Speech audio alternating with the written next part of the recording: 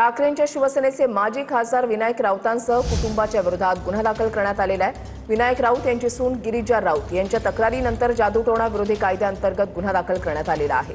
राऊत कुटुंबानं गोमूत्र प्यायला दिलं तसंच डोक्यावरचे केस कापल्याचा आरोप सून गिरिजा राऊत यांनी केलेले आहेत। या प्रकरणामध्ये विनायक राऊत नगरसेवक मुलगा गीतेश राऊतांवर ठाण्याच्या कापूरबावडी पोलीस ठाण्यामध्ये गुन्हा दाखल करण्यात आलाय। तसंच फिरोज बाबा आणि काजी बाबाच्या विरोधातही गुन्हा नोंद करण्यात आलेला आहे।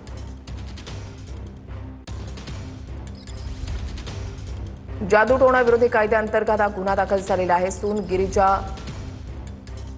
राऊत यांनी तक्रार केलेली आहे।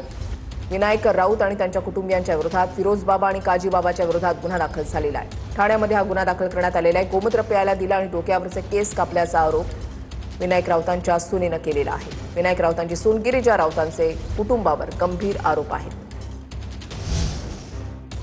इकडे मोशी दुर्घटनेमध्ये आणखी एकाचा मृत्यू झालाय। 83 तासानंतर शोध मोहीम थांबवण्यात आली आहे। रात्री 1च्या सुमारास ढिगाऱ्याखालून एकाला बाहेर काढण्यात आलेला आहे। वामन कसबे यांना रुग्णालयामध्ये मृत घोषित करण्यात आलेला आहे। तब्बल 83 तास हे रेस्क्यू ऑपरेशन सुरू होतं। मोशी दुर्घटनेमध्ये 9 जणांचा मृत्यू झालेला आहे। एकाला बाहेर काढण्यात आलं, रुग्णालयामध्ये नेल्यानंतर त्यांना मृत घोषित करण्यात आलेलं आहे। रात्री 1च्या सुमारास या ढिगाऱ्यामधून एकाला बाहेर काढण्यात आलं।